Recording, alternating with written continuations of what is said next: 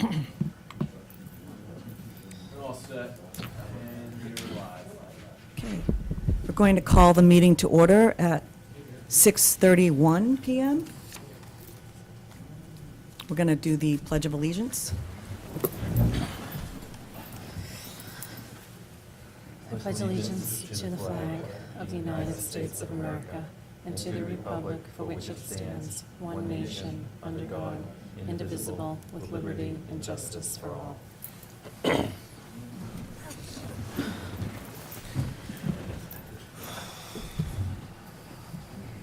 So I think we have one person for public comment tonight, Vanessa Lopez from VZ Park.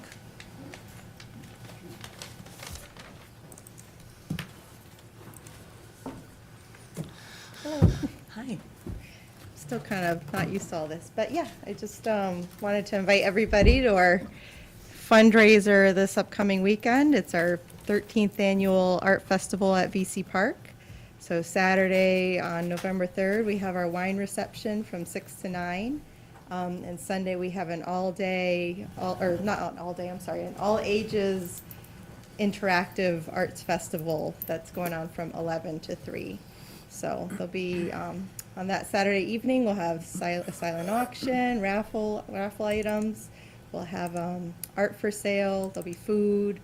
Your ticket includes wine and beer. We're getting craft beer from Ipswich Ale and Newburyport Brewing Company. So it'll be a really fun night.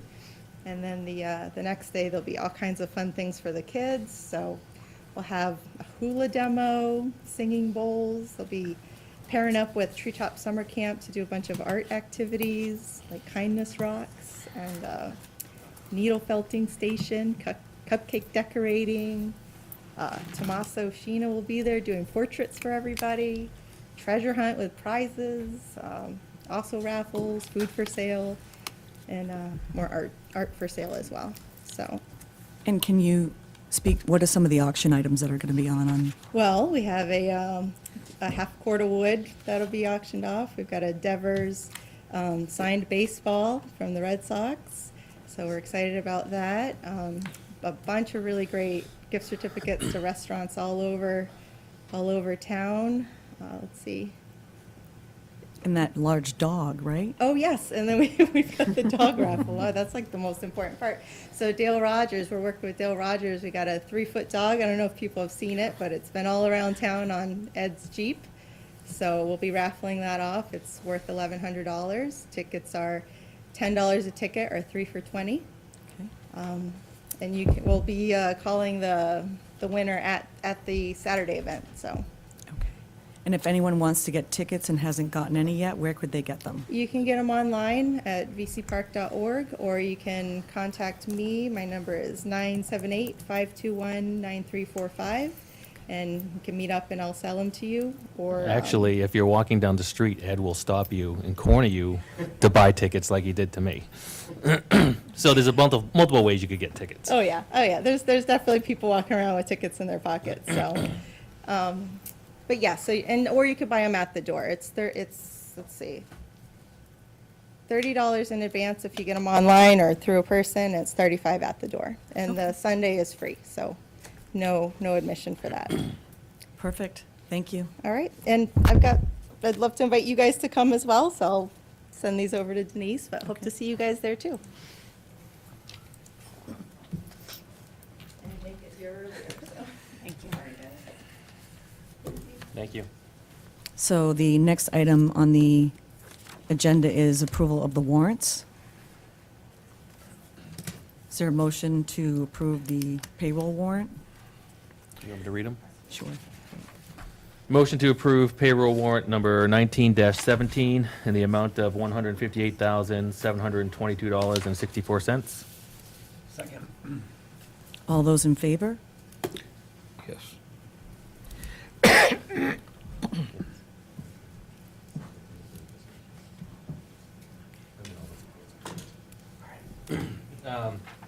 Motion to approve bill warrant number 19-17 in the amount of $1,337,992.47, and the breakout is Town was $56,759.73.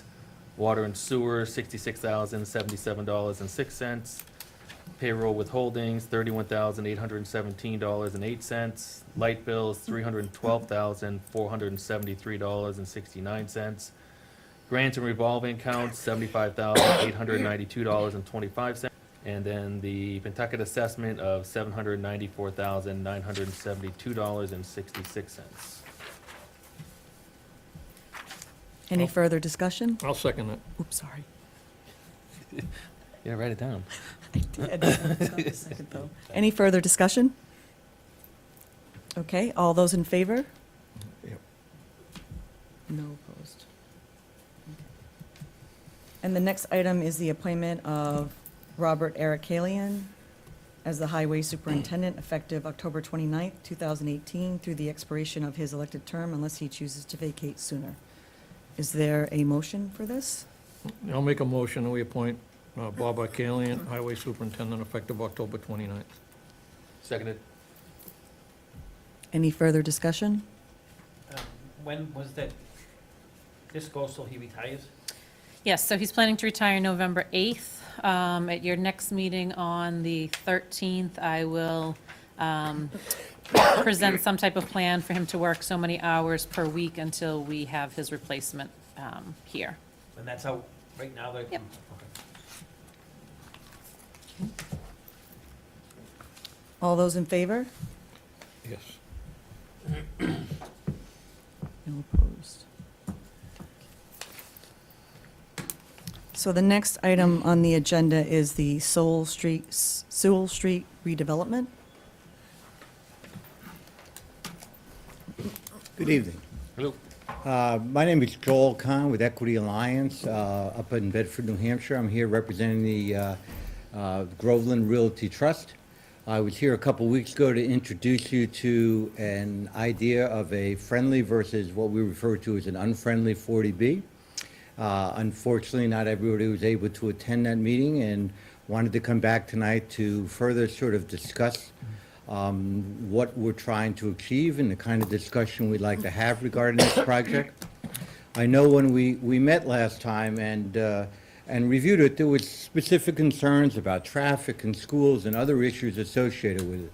The question in hand facing you all tonight is not whether or not we've addressed those concerns or what the resolution to those concerns might be. Really, what the idea here is to sit there and to see whether or not we can establish a collaborative effort between the Board of Selectmen and the proponent to see whether or not, in fact, that there couldn't be certain mitigation provided, that this wouldn't be necessary, could be appropriate for the town as proposed. And even then, to clarify, a local initiative program is a process in which a town considers through the Board of Selectmen whether or not an application is suitable for consideration under the 40B regulation. It is not an approval of a project. It is not intended to deal with size and necessary density or other facets of it. It's to try to look at how a project might impact a town and how a developer could potentially address that. The process then requires that if the town was to, and a developer to reach an agreement through that process, that interactive process, that at that point in time, the application would be forwarded to the Department of Housing and Community Development, which is different than an unfriendly 40B becomes the state agency that issues a site eligibility letter, for that. Once that is issued, it still then comes back to the zoning board to be processed as any 40B would be. The alternative approach is that the applicant goes straight to a subsidizing agency such as Mass Housing, makes application and looks to see if that agency will issue a certificate of eligibility, site eligibility. And if one is issued, it then goes directly to the zoning board, where the kinds of discussions that would take place at the Board of Selectmen would no longer be available to the zoning board in its deliberation of the application. In either case, the zoning board is still empowered to process the application, to consider all of it, to determine under whether or not, in fact, one of three outcomes would come about on such hearings. One, whether or not the application would be just outright denied, whether or not it would be approved as proposed, or whether or not it'd be approved with conditions that would either be acceptable or not acceptable to the applicant. And again, I do this type of work for a living, so, for me, understanding the intricacies of what 40B is about, why one path might be more suitable to a town versus another, is not necessarily easy to understand, because in fact you don't really get faced that very often, and I have no question. I mean, I understand why there was reaction last time I was here and concerns about the project. Those are concerns that this process would not avoid. We're not looking to ignore them. We're looking to just find a different way in which we allow a more open dialogue to take place.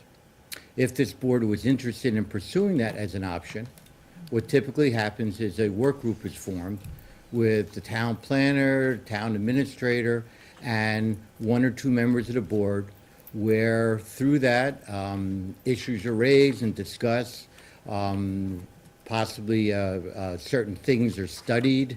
They might be even peer reviewed by somebody representing the town, and from that, it would all come back to this board to consider. A working group is not meant to take the place of this board. It's just meant to be a place in which there can be a discussion and where issues can be examined and, identified, and whether or not mitigation found to be suitable or potentially suitable, of which this board ultimately would vote one way or another for that. To that end, I decided I would be truthfully helpful to you all, and I prepared a handout that I'd like to leave you with tonight, which goes to the question of what is the difference between the unfriendly and friendly 40B. And I have extras. Oh, good, thank you. I have a question, Lisa. The information contained in this is really taken off of a variety of different websites from the Commonwealth.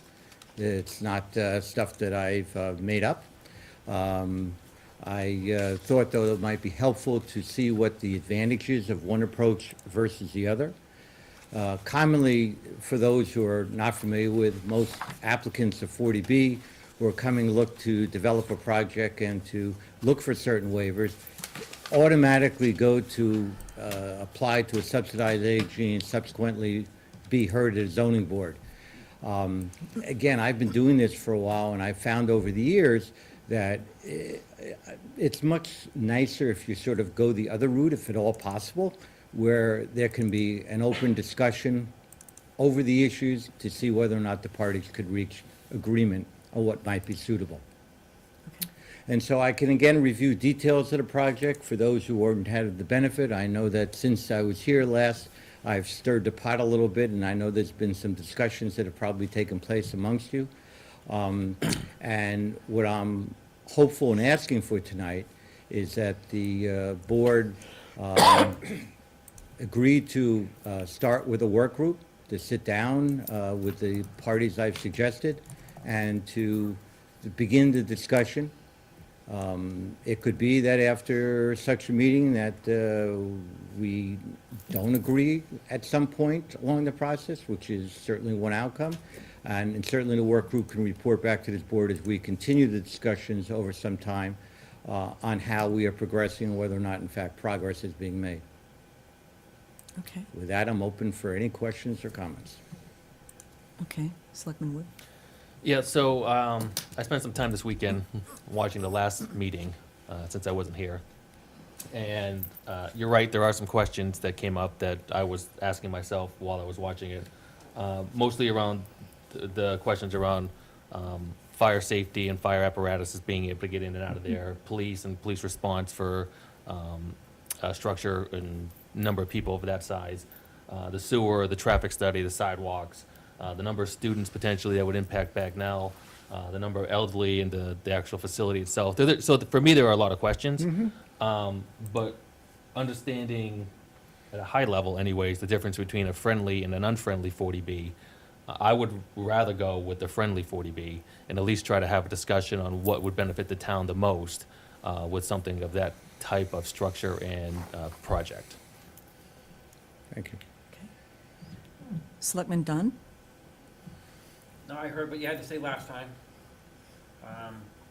If there's any way, and it's probably for down the road, any way they could do any kind of, commercial in there, like, mixed use? I don't know if they do that. Have you ever seen that happen? Where downstairs or some buildings might be mixed use in there?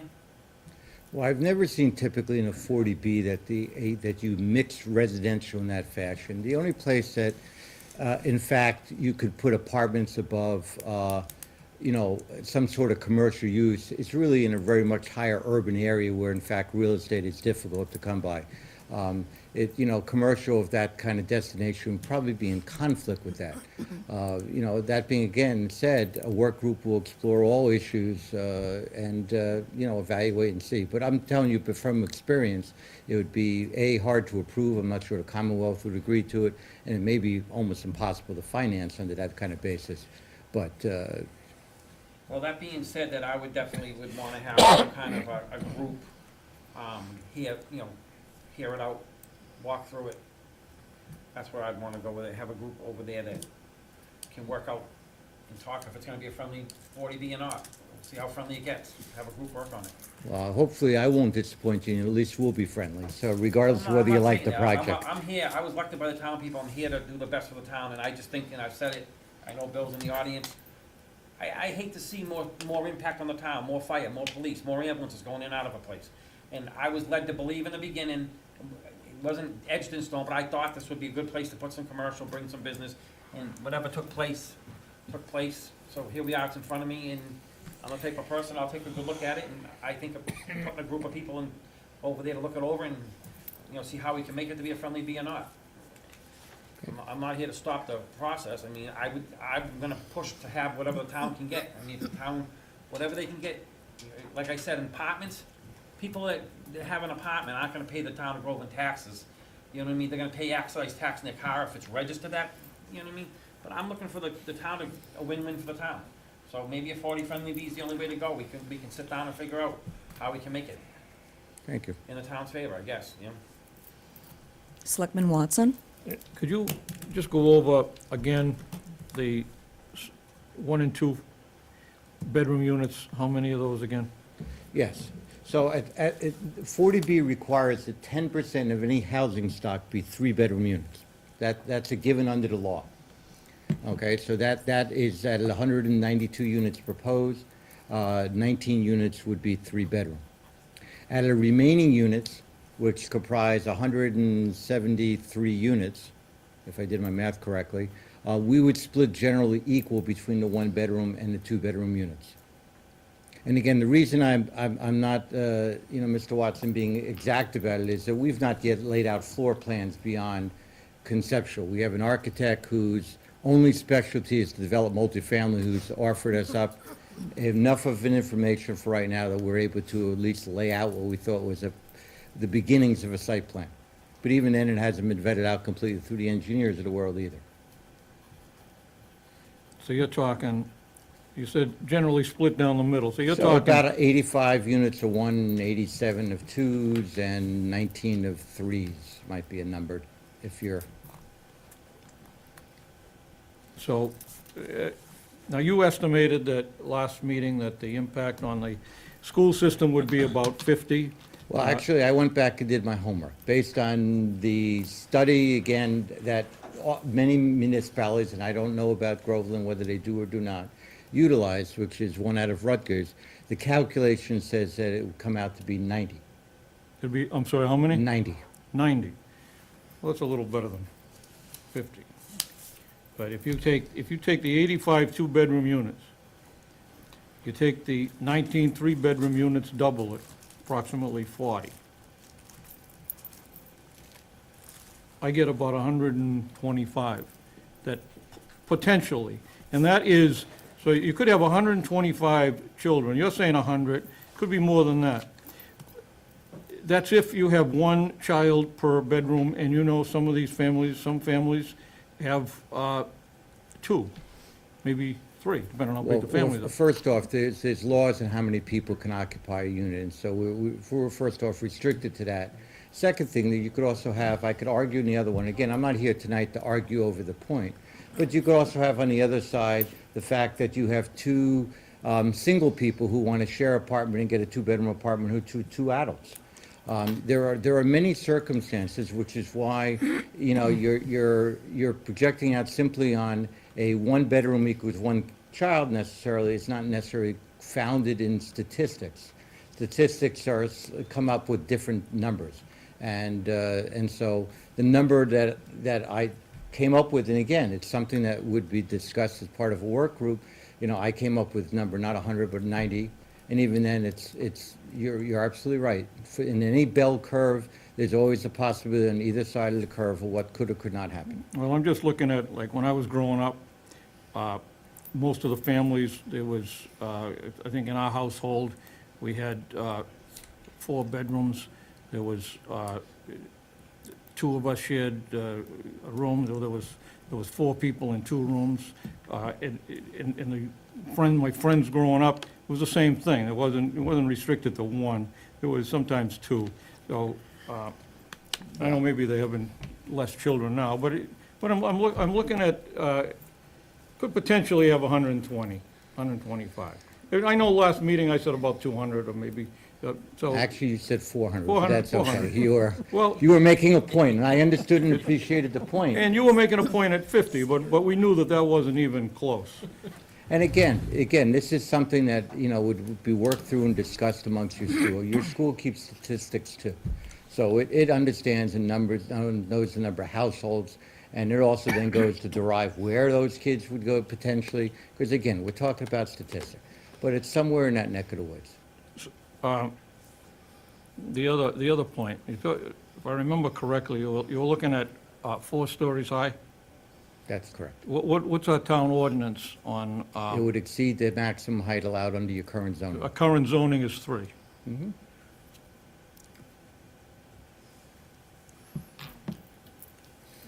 But again, I just want to separate the issues. There's 2 different issues. There are those issues that are typically dealt with for sizing, for mass, for density. They usually are, in most 40B processes, are dealt with at the ZBA. Our discussion here at the board is not to discuss that particular aspect of it as much as to deal with how the impacts and whether or not those impacts could be addressed through some form of mitigation. It's My a belief- different discussion. I'm not suggesting you don't have an opinion or you will not, you know, feel positive, negative, one way or the other about what is proposed. But I'm just trying to separate out where I'd like to hopefully that we can work towards focusing on, which is first the issue in question of impacts. And I would like to focus on the matter at hand tonight, which is whether we would want to, as a board, collaborate with, The friendly 40B or non? yeah, the friendly 40B or the non-friendly 40. I feel like these other issues are somewhat premature, and we as a board need to make a decision about whether anyone wants to make a motion that we would want to enter into some type of collaborative relationship. Yeah, I'll make a motion that we enter into some kind of discussions with the Sewell Street project development for a friendly 40B. Does that Is there a cover s- everything? Fine by me. Okay. Is there a second? I'll second.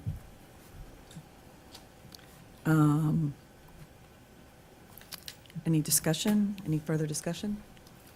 Well, if we can't discuss it any further, other than making it a friendly 40B or an unfriendly 40B, I'm not willing to make a decision, because before I wanna go friendly or unfriendly, I'd like to know more about it. So shutting it down isn't my answer, so I'm not gonna vote, period. And I had more questions I wanna ask and talk about, and I Well, I- understand to either friendly or non-friendly, but you're also entering into an agreement to move this thing forward. So really, me sitting here, I like to be comfortable moving forward. By the But I way, think one of the things that was stated right at the outset is that this is not an approval. it's not. I understand that. It's purely just a way in which people could sit around a table and have a discussion. It's not meant to, you know, it could be that, you know, the work group comes back and reports on progress. It's just meant to include people who like to bring you a one-time, your fire chief and your police chief into a meeting and discuss what their concerns are. It's just meant for that. So I would suspect, as Mr. Watson says, is that there are many things that you have concerns about and questions, and that's what the process intended to vet out. And then again, I'm not trying to take away from your questions now. I'm happy to answer them. I'm. Well, I would ask if maybe we could redo the motion and add in to have the group and have the discussions. Could you restate that? Yeah. We talked about having a group, Well, that's what this is, though, this 40B. with the motion, have it in the motion.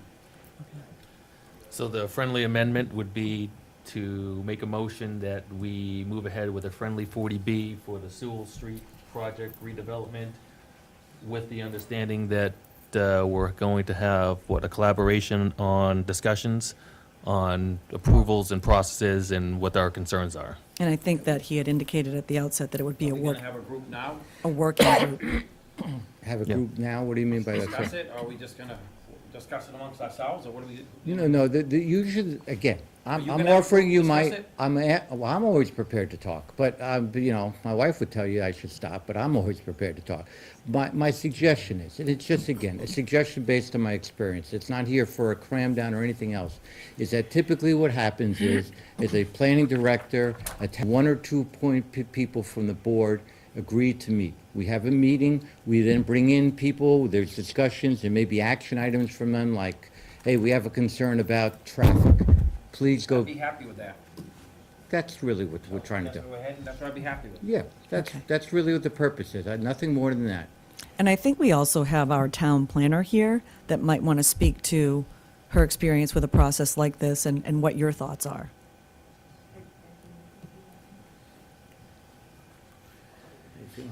Nice to see you.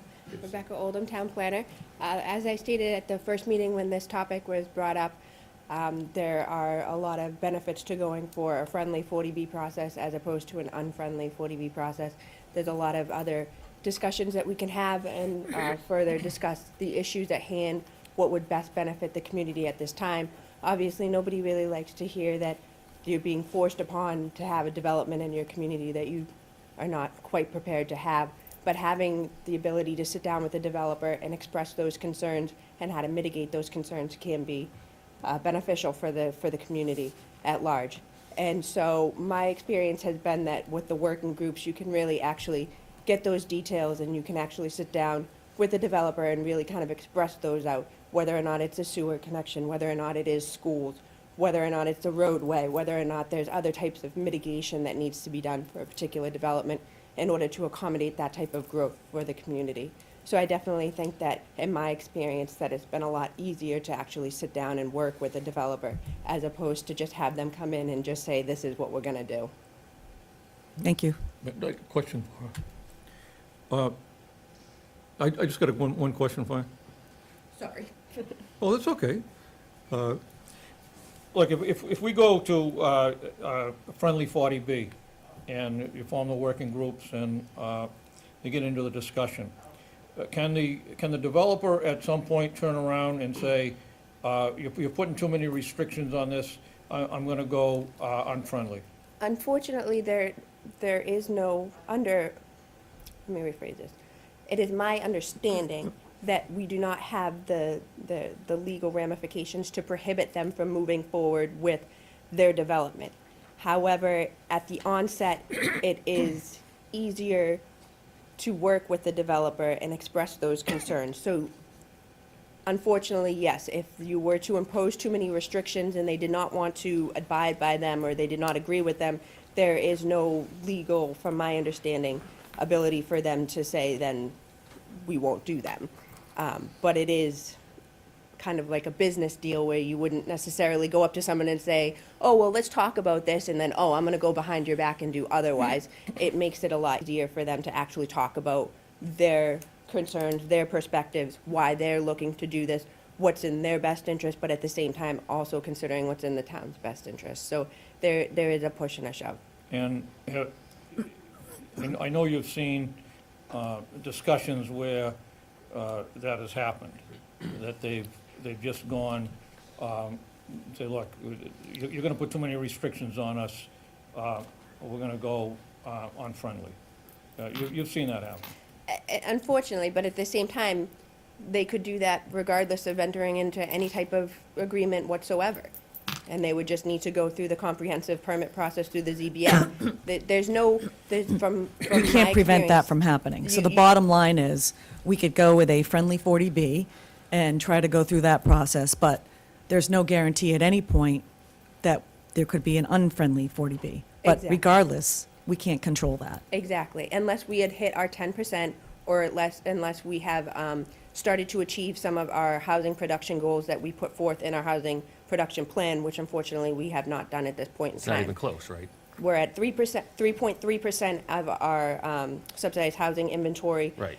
We need to be at 10%. We did pass the housing production plan recently, which is a step in the right direction for the community, for sure, in terms of planning our affordable housing goals. However, we haven't really taken many of those steps and recommendations at this point in time for that plan, and that would be the second route that you would take in order to advocate against a 40B. I see this as a real simple process, at least this first one of 50.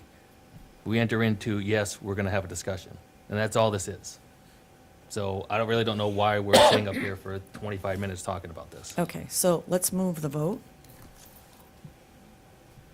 Could I just add one closing, and I'll leave you alone? Just to also answer your question, it also doesn't say that the outcome of work group, even if the work group and the developer come agreement, that when it comes back to the board for full vote, that the board will necessarily agree with it. So it's it works both ways, too. So it doesn't necessarily mean It doesn't that obligate anybody to anything. Not a thing. It just means that we're being friendly. Right. I'm sorry, I couldn't pass that up. So the motion was to, I believe, develop a working group to look at friendly 40B collaboration. Yeah. You have the Did write language, that right, down? Denise? Yes. Okay. So all those in favor? When was the second? Lisa Lisa seconded. I seconded. seconded. Oh, okay. Okay. All those in favor? Thank you very much. Thank Who will you. I coordinate with for setting up first meetings? Who's going to be the responsible party? I will be. I'll talk, the board can decide who they want to put on the work group, and That's I'll fine. communicate Terrific. with Bill and you. Great, thank you very much. Thank you. Is it possible to have a couple of us on that? Yeah, you can have two. Not a-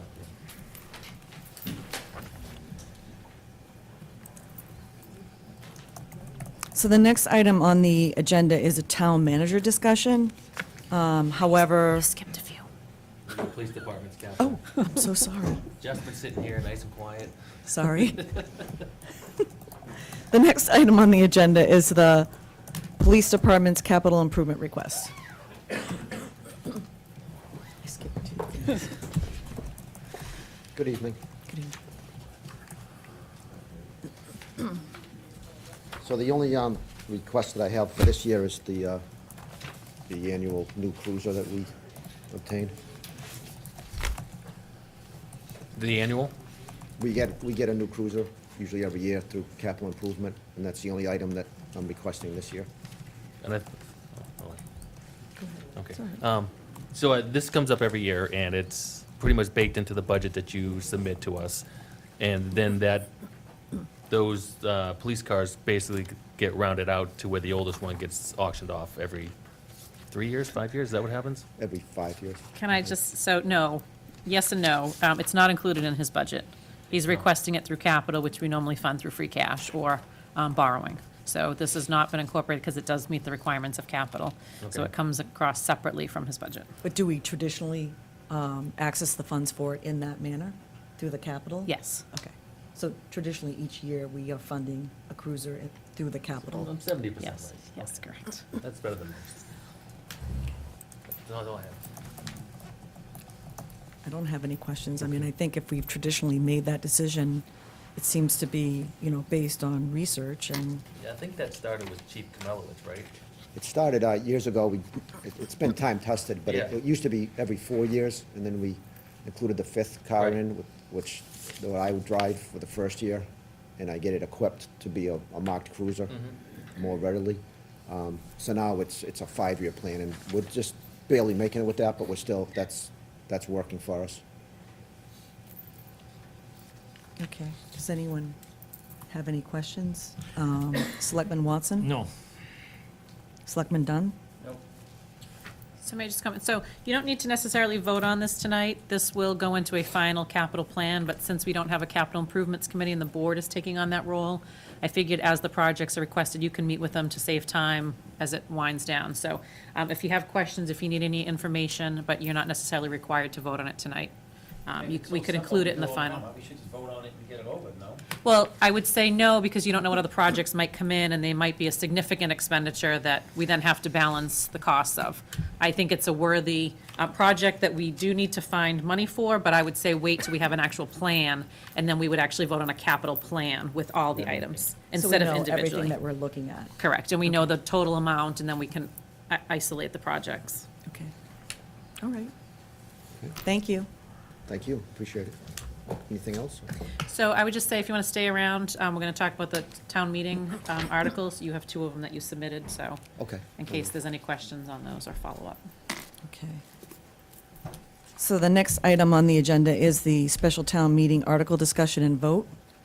And Denise, you've identified the article numbers that are new and need to be voted on. Yes, so if I may, I will just run through them all quickly. So the whole thing will need to be voted on. You guys have discussed them and approved many of them individually, but no votes have been taken. I'm just going to text Debbie because she has an article on there. So so first off, special town meeting is Monday, November 26th, 7 PM at the Bagnell School. Article 1 is to create the Pines Maintenance Revolving Fund, which we've talked about, which we hope to generate some revenue from signs and fees and things like that. Article 2 is just some standard transfers that we do every year, so we only received a request from the cemetery and from the highway. They're just readjusting their budget a little bit. Article 3 was the request by Captain Santapola to extend his time on the fire department until he reaches 70 years of age. Articles 4 and 5 are submitted by the police chief for the civil fingerprint bylaw. He did submit samples of these previously, and I know we had a brief discussion. If you have any questions on them while he's here, you can certainly discuss those. Article 6, do you want me to stop and see if anyone's questions, or do you want me to go through it all first?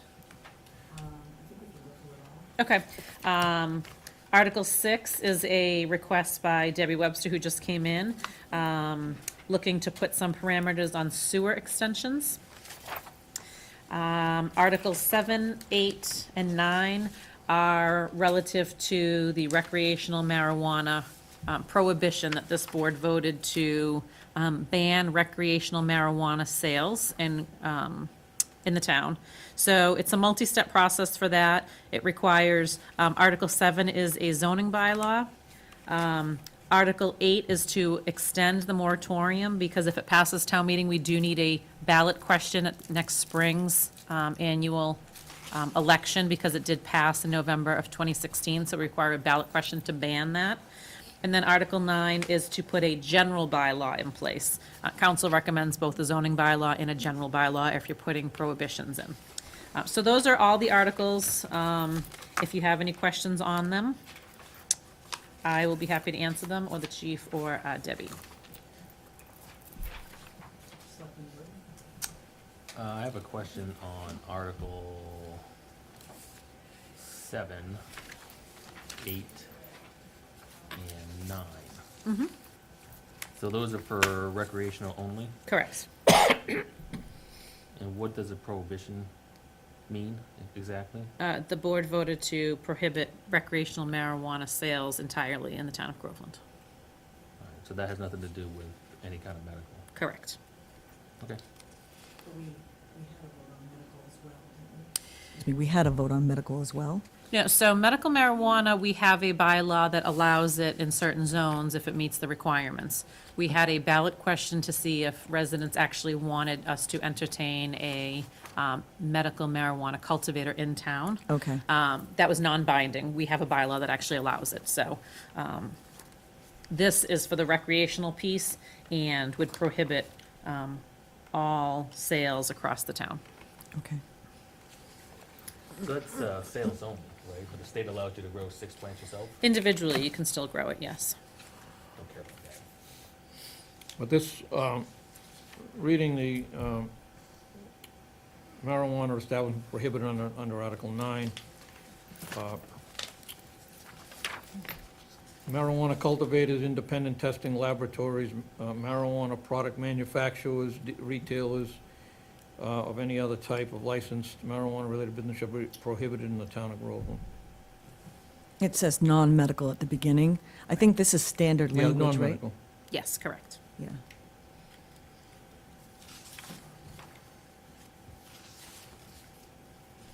Selectman Dunn, any questions? Selectman Watson? No. Okay. So which articles do we need to actually vote on? So you need to vote on all of them. You can vote in its entirety if you have no issues with any of them, or you can vote individually. Does the board want Ms. Webster to speak to Article 6? Yes, I would like some clarification on that.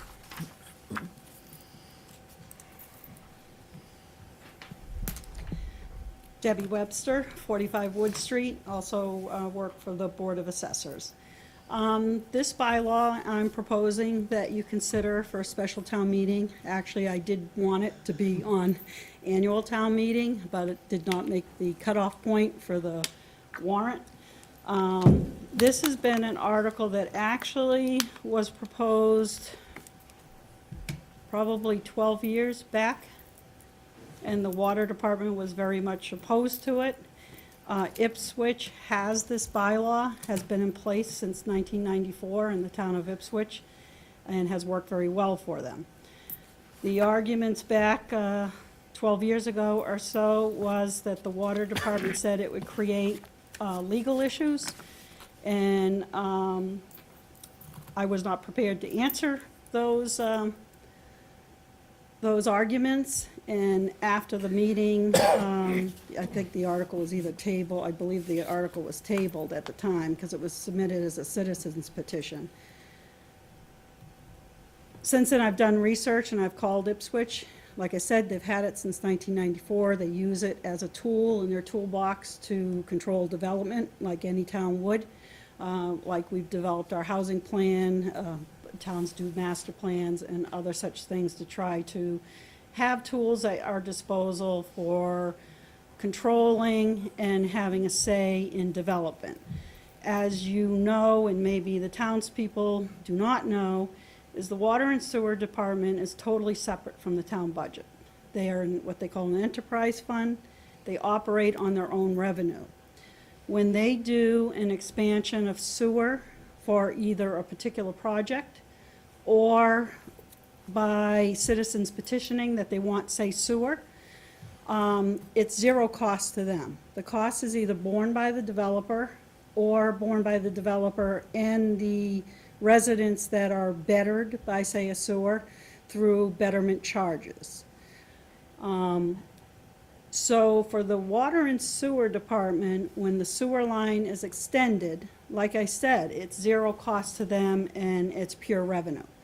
But for the town, when sewer's a double-edged sword. Sewer is preferable for people who have issues with their septic system or maybe having problems, older systems. But when you run sewer into areas that don't currently have it, it allows for much denser developments. People ask how come Groveland's faced with 40Bs, as we have been in the past. I was very active when the first 40B came into town, when the big one was proposed out on the busing property, which we now own. So I've been very involved with the 40B issues going over the years. And mainly we have it because we have a sewer system the other towns do not. Georgetown does not, West Newbury does not. So most of these dense developments, Whitestone Village, even Nichols, requires sewer in order to be built. South Groveland has been protected because the sewer line to get it to South Groveland is very problematic. You gotta cross Argila Brook and some other wetlands areas to get it over there. Once we extend sewer into areas that are still have large open swaths of land, you're looking at, instead of normal 8 or 9 or 10 lot subdivisions, to potentially large projects, which I believe we are currently coming under review for a possibly large project out there in South Groveland. Just be aware that not having any control over whether or not sewer gets extended opens the town up for much further dense development, not just for one project. Because remember, once it's out there, you've got other landowners, you've got other properties that will come into play when the sewer is within a reasonable distance of their properties. So it's already happened on my end of town. Our end of town is Seward. As you know from driving around, there's many, many dense developments here and possibly more to come. So it all depends. As far as I'm concerned, it's the will of the people. It's just something that is being utilized. Not too many towns utilize it. In all honesty, it's not something a lot of towns use. Ipswich, I asked them, have they had sewer lines refused? And they said yes. They've had sewer lines accepted and expanded. And the rationale behind it is the town usually bears the brunt of the financial impact of additional homes. The water and sewer department does not. We do. So it gives us, the townspeople as a whole, to say whether or not we want that line to be extended to either accommodate an existing neighborhood or to accommodate a new development. Yes. So this is saying that the Board of Health would make that determination? No, the Board of Health, what it is if there's an emergency in the sewer, if, say, somebody's septic system fails and they're within a certain distance of the existing sewer line, they can waive that. They wouldn't have to go before town meeting. As long as it serviced that one. No, the Board of Health doesn't have the ability to waive the extension of the sewer line. In the only instance is in the case of an emergency for one home that's only going to service one home. So who approves or disapproves these lines of 500 feet or more? Town meeting. Town meeting, goes to town meeting. So the water and sewer, and let's say a developer wants the sewer line.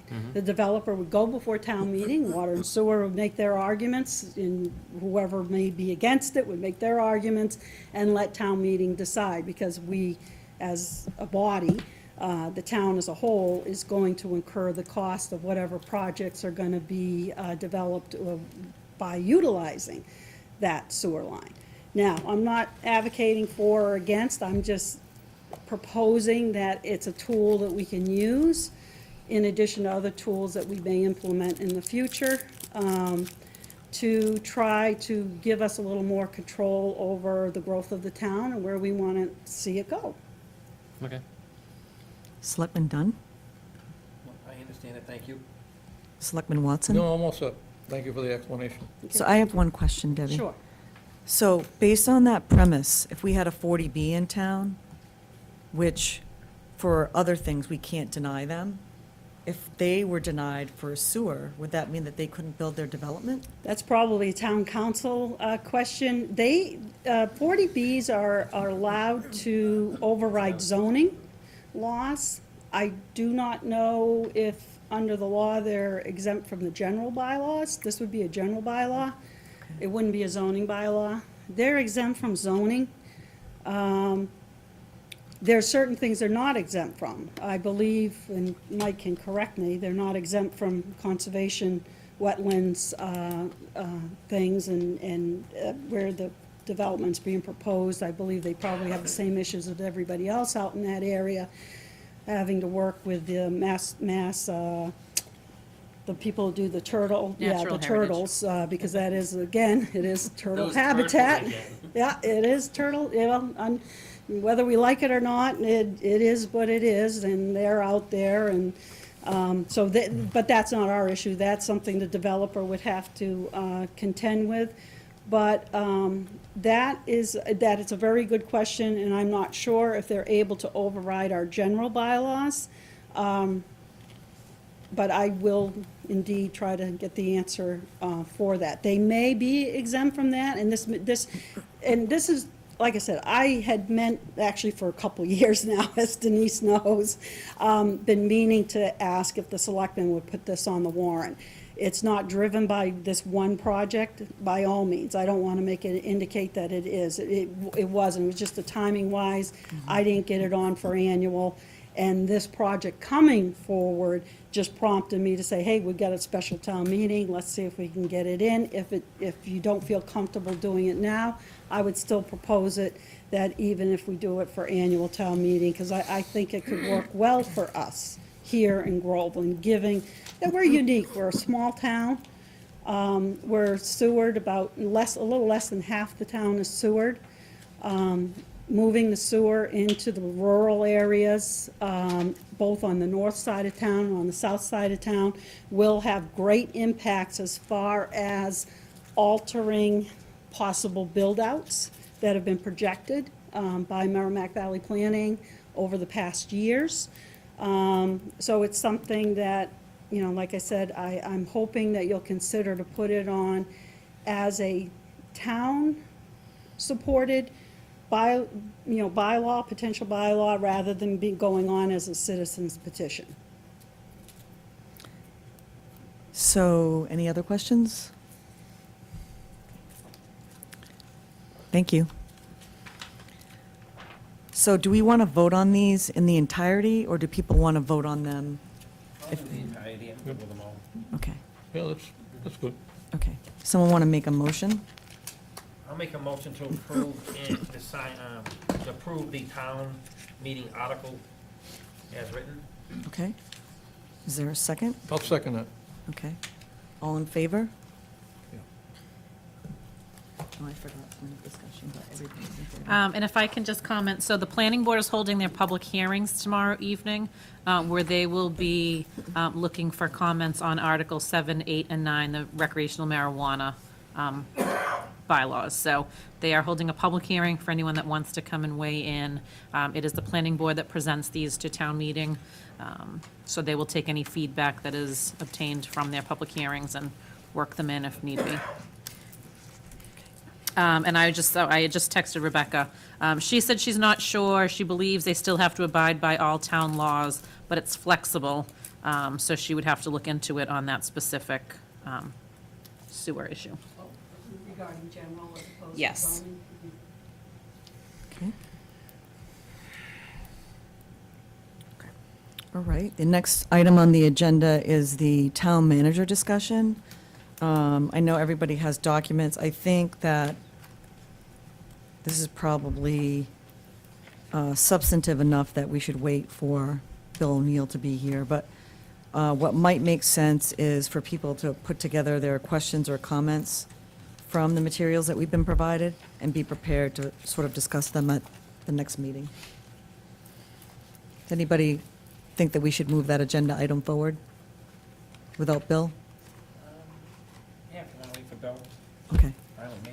all right. So we're going to table the town manager discussion. The next, Motion to table. oh, Seconded. all in favor of tabling that?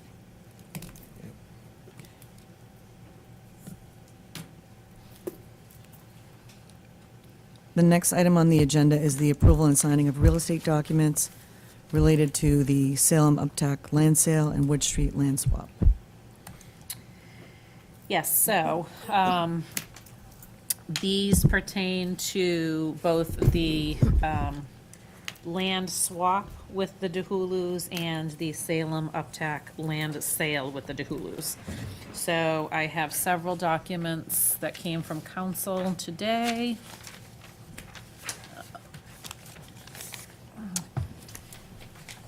So, let me just see where we are. All right, so if someone can, so first we have the purchase and sale for the Salem and Uptack properties. If you will recall, we conducted a RFP process and awarded it to the DeHulus for a cost of $170,000. There's been some issues that have gone on over the last year. The plan right now is to close on November 1st. We were planning for October 31st, but none of the lawyers will go to the Salem Registry of Deeds on Halloween. So they have pushed it out to November 1st. You'd have to leave now.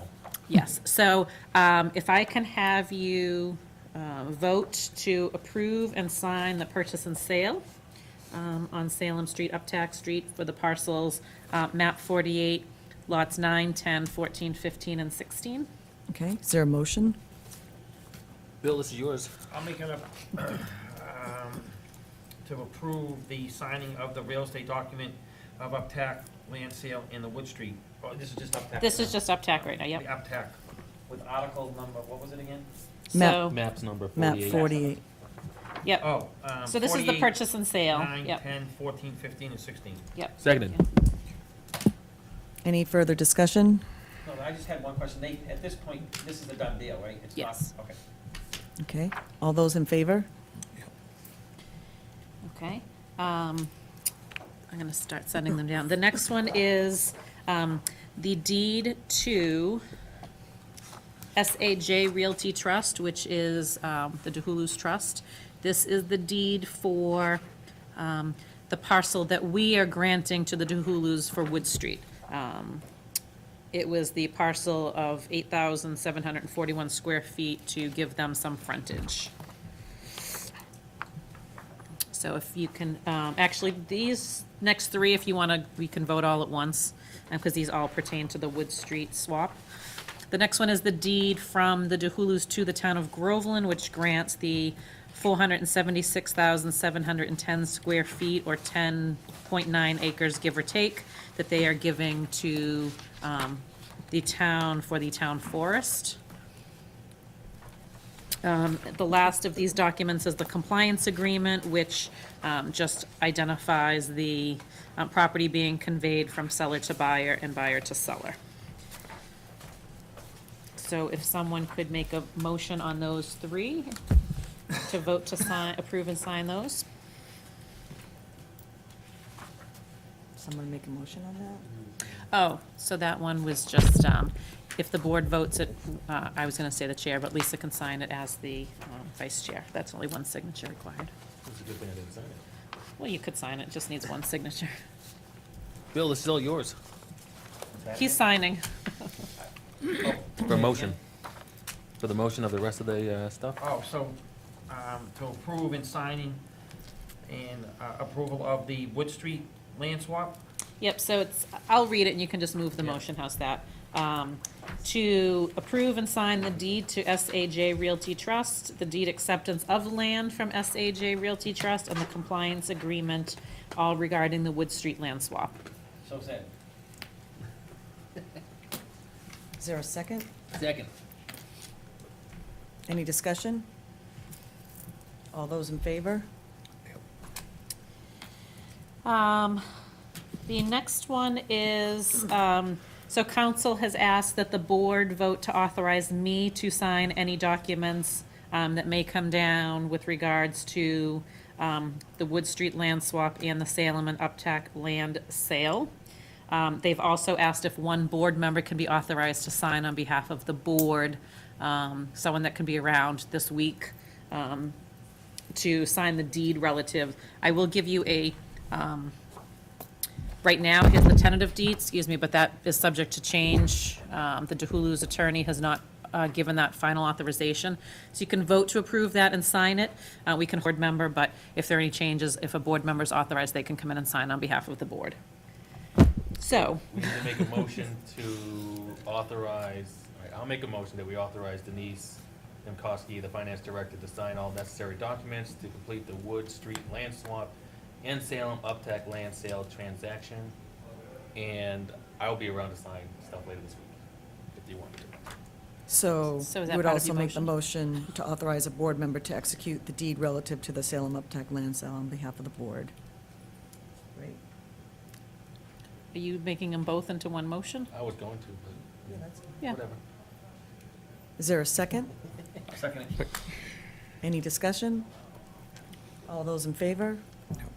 So, do you want us to sign this? Yes, so if you can just vote to approve and execute that deed. Again, that's from our council, so as long as there are no changes, but if there are any non-substantive changes, then I'll just need you to come in and sign it. Approve the deed. Sure. Make a motion to approve the deed being passed down. Is there a second? I'll second it. Okay. Any discussion? All those in favor? So we should have a closing on both of these on Thursday. Cool. Okay. So the final agenda item is to discuss the resident survey.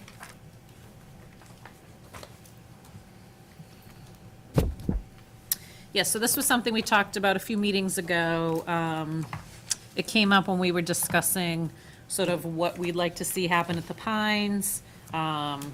Just some general discussion. I had recommended maybe putting a survey out to get a sense of the community and actually have residents weigh in on some, key topics in town.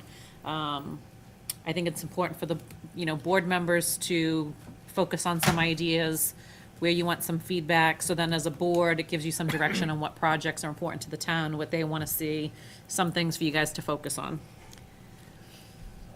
So well, Ed, do you have anything that you want with regard to that? For the survey? Yeah. Yes.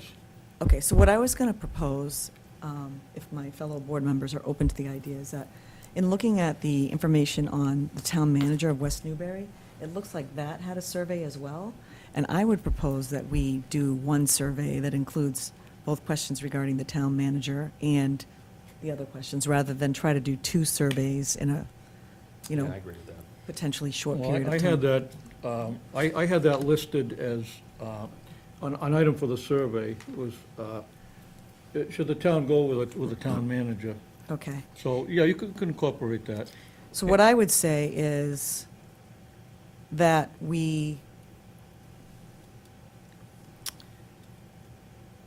do you want to, so I guess what we could do is if you want to identify things that you want on the survey, and then maybe Denise could put a draft that includes questions regarding the town manager position, so that we could look at it collectively. Sure. So, go ahead. Well, You gonna go? Yeah, I'll go.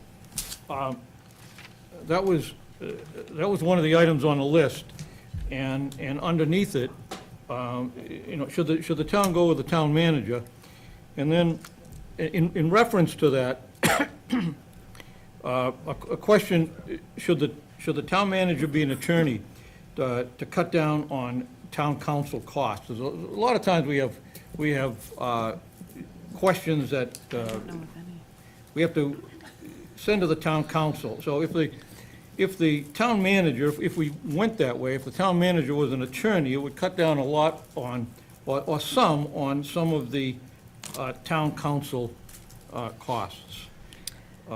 So I'd just like to make one friendly recommendation, that in the interest of sort of efficiency, that you put together a list of the questions that you would like to have, as well as Selectman Dunn, send them to Denise, and then we will I'm read. asked to do this for this meeting, I haven't. Right, but Bill O'Neill's not here, and I don't think it's fair for us to sort of vote in finality about meeting questions without him being here. So I thought maybe if Denise could put together what you have, and then we could bring it back to the board and vote on it, Sure. that might be the most efficient way to do it, if that's agreeable to the other board members. Yeah, that's, Is that okay? Okay. actually, if we could get them to her and she could compile them and get them out. And I had some capital expenditure items, which I was looking to, the way I had it is, would you favor, in what order? What is more important for as far as some capital expenditures? And some things that have come up in the, well, we could just give them to her. So basically ranking, what you could do is rank the capital expenditure issues, and then in the survey, people can rank what they think is most Exactly, important. exactly. Yeah, but if You you don't put, want me to get into that now? well, if you put it together for Denise, then we can Yeah, I can do that. have it all in front of us and we can sort of review it together. So I guess I need a motion to table the final discussion with the understanding that any proposed questions will be submitted to Denise between now and the next meeting that those are discussed at. Yeah, I'll make a motion to table the discussion on the resident survey. Is there a second? I'll second it. Okay. All those in favor? Okay. So maybe you could let, Denise, if you could let Bill know Sure. that we're just, if you could send an email out with no response, that if anyone has questions that they want to go on the survey, to provide them to you. Yep. Okay. So the next item on the agenda is votes of the board, meeting minutes for October 1st, 2018. Is there a motion to approve those meeting minutes? I looked those over, those look to be in order, and I'll move for passage. Okay, is there a second? Seconded. Any discussion? All those in favor? Yes. So I'm abstaining because I wasn't here, Denise. Okay.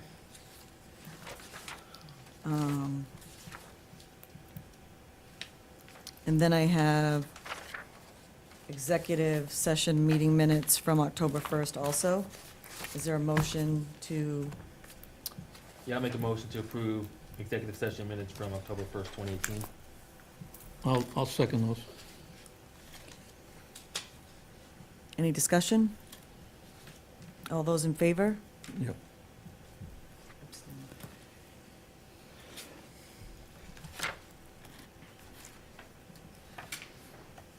So the next item is the acceptance of the resignation of Patricia Garzoni from the Groveland Day Committee effective October 20th, 2018.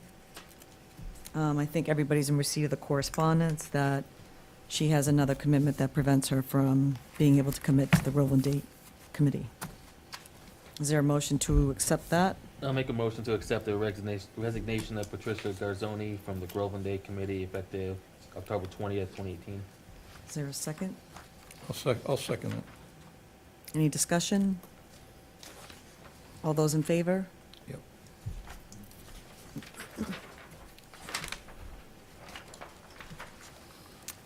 The next item on the agenda is the approval and signing of the November 6, 2018 state election warrant.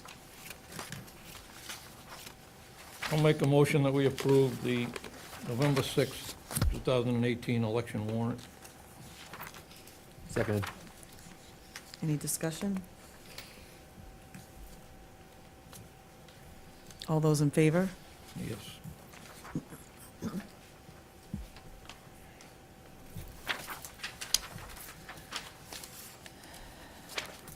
Any old or unfinished business, starting with Ed? I don't have anything. Bill? No. I don't have anything. Selectman Watson? Any old or unfinished business? Wood. Sorry. I do, but I'll hold off till the next meeting.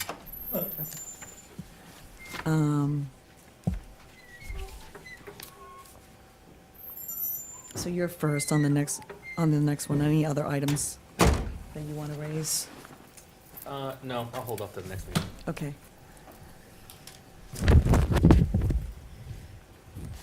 Bill or Ed, any other unanticipated items that you want to raise? None that I can think of. Okay. So Selectmen reports, starting with Selectman Watson. Nothing new to add. Selectman Dunn Nothing to add. and Selectman Wood. Yep, just quickly, I met with the police and fire chiefs last week. Just an update on the police department, everything's going well.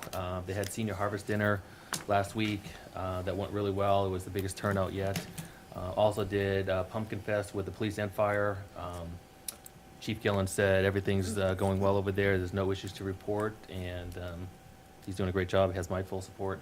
Met with the fire department, everything's proceeding well over there. A couple items to address, but the department is much better off with Chief York at the helm. Communication with the police department is much better as well. There have been some internal reassignments that I think will help continue the growth and stability of the department, but Chief York is doing a great job, and he has my full support as well. That's it. Can I ask from that, when we can expect to receive the report from the, Is there a meeting Monday? oh, sorry, did I say something? Okay, all right, skip me. Skip me. Selectman Dunn, any selectman reports? Did I already No. ask you that? You did, but I'll just say that I wanted to say thank you to all the people that come out to Pumpkin Fest. I want to thank the police and fire department. I want to thank Denise. I want to thank Ed for coming out with his tractor and all the people that came and carved pumpkins and showed up. It was a great time, and hopefully it will be bigger next year. Thank you. And I want to sort of reiterate that as well, thank you. So under correspondence, we have response from Groveland Housing Authority regarding a request to attend the selectmen's meeting to discuss the packet sent to the town by HUD, and 23 School Street remodel cost worksheet. Yeah, I got a question on that, 23 School Street remodeling cost. The spreadsheet that we got today shows so far, if I'm reading it correctly, a cost of $268,008.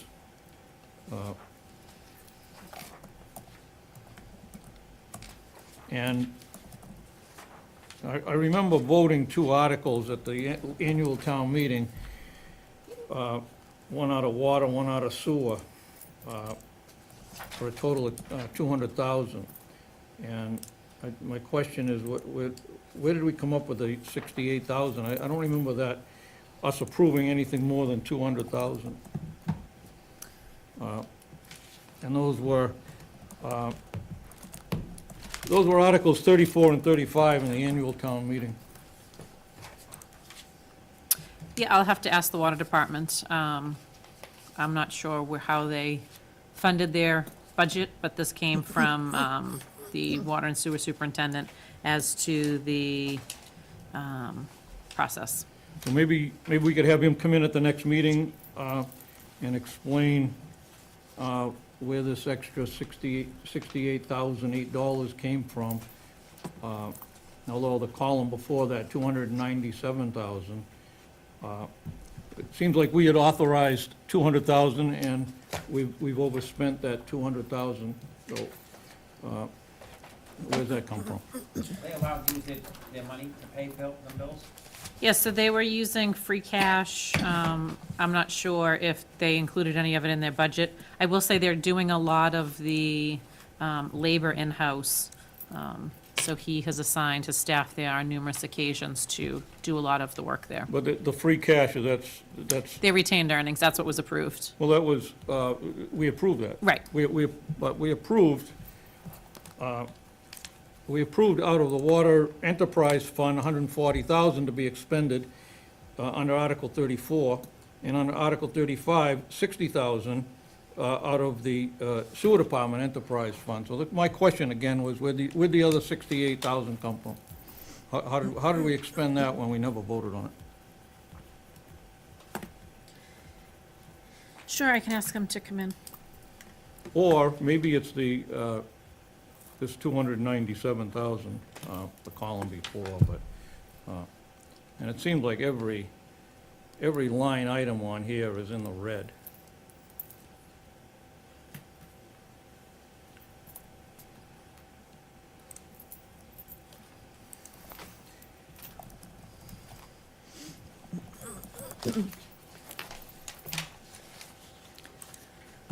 Any other issues under correspondence?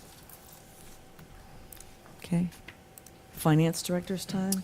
So I just have a few things. I will start with reiterating the comments on Pumpkin Fest. It was a huge success, despite the very cold wind on Thursday night. I would like to offer thanks to Selectman Dunn and his wife Teresa, their son Patrick, who drove a tractor, Selectman Watson for his work with the tractor, Selectman Wood and his son for helping out again that night. Police Chief Gillen and the entire police department, Fire Chief York and the entire fire department, Library Director Darcy Lepore and the employees of the library, Steve McPherson, our facilities coordinator, who worked like a dog that night to make sure everything was taken care of. And a very special thank you to Deb Stewart and her late mother Barbara, who very generously donated time and money to see this event take place. So again, thank you to everybody who came out. It really was a very successful night. I would like to thank our town accountant, Ellen Petrillo, for all her work in getting all of our reports into the state so we could get free cash certified. It was certified significantly earlier than it has been in prior years.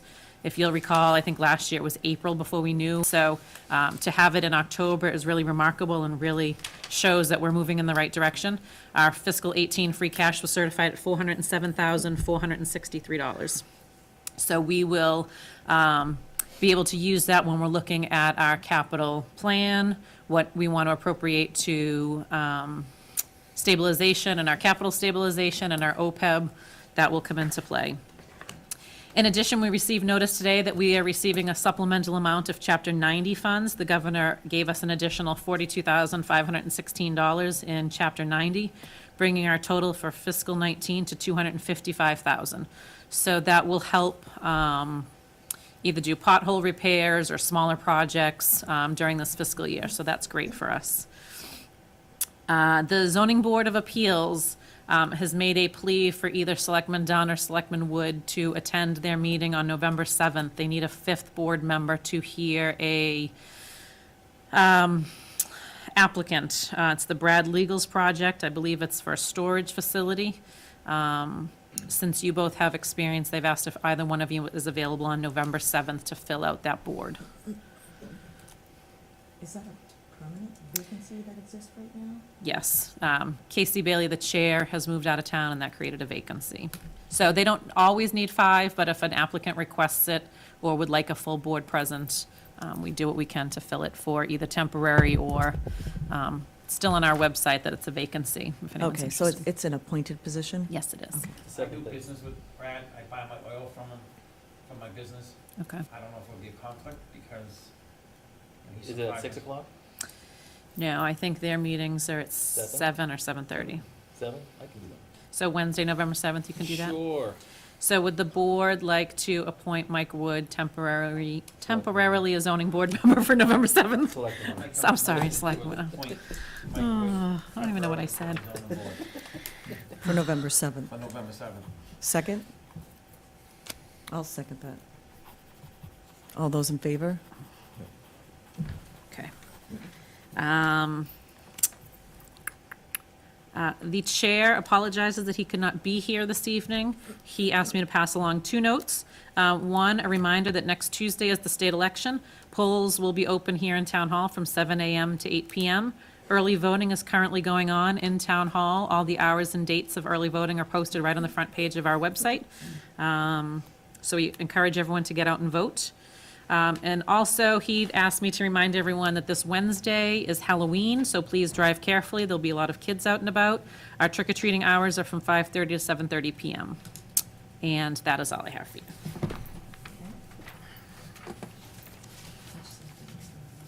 Well, it doesn't matter. Selectmen's time, starting with Selectman Watson. Nothing. Okay. Selectman Dunn. No, nothing. Selectman Wood. Yeah. I would like to request a agenda item for discussion on the Comcast cable agreement for either the next meeting or the meeting afterwards. So, the next meeting is pretty full because we have the classification hearing, and the meeting after that is town meeting. So are you okay with having it the first December meeting? Well, nothing's gonna get done in one meeting anyways. I mean, I'll bring up the points I wanna make under old business or not reasonable anticipated time at the next meeting, but I'd like to have a discussion on it. What's the classification process? To set the residential and commercial shift. So yes, it helps us set the tax rate. That hasn't changed Usually a though. long discussion, though, is it? It depends if people have questions or not. But that hasn't changed. We haven't Exactly. changed the shift, correct. But we have a couple of things So that was it. already on that night, but, so Comcast, the contract? The contract, the rates, what we could do to offset those leverage negotiations, antitrust laws, monopolies, that kind of stuff.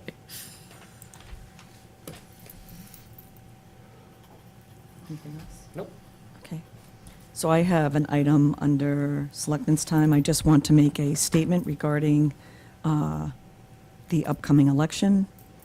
On November 6th, members of the Groveland community will have an opportunity at the polls to support our state's non-discrimination law that protects the rights of transgender people in public places. I want to formally voice my support for Yes on 3 and provide a few facts to support my position. Since 2016, these protections have existed in Massachusetts. There have been no problems related to this law. Illegal behavior, including harassment and assault, is still illegal. The law does not permit men to invade women's and girls' spaces such as restrooms and locker rooms. In 2016, the Senate in Mass voted unanimously to provide these protections. Our Senator Bruce Tarr was in support of the protections and remains in support of the protections. Other entities that support maintaining these protections include the Mass Chiefs of Police Association, Governor Charlie Baker, all of the major Boston area sports teams, including the Bruins, the Patriots, the Red Sox, and the Celtics. The economic implications of repealing these protections would be significant, as evidenced by the loss in North Carolina of $3.76 billion as a result of passing their HB2 bathroom bill law. And these laws already exist in 18 other states and over 200 cities, and there has been no increase in incidents.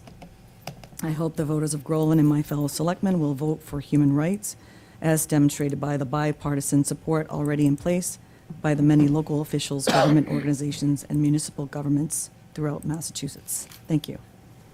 And I will just give that to you, Denise. Okay. And then I also wanted to say, we are very blessed to have the Red Sox have won the World Series again. One more late night tonight. Well, it's the Patriots tonight. Patriots. I was like, I don't care about the Patriots. One more late night. That wasn't very nice, was it? Okay. I don't think there's anything else. Is there? I make a motion to adjourn at 7:53. Second. All in favor? Okay, all set. And I will just ask if you guys can hang out. I just need to reprint the town meeting warrant since we had no changes, so. Don't you sigh.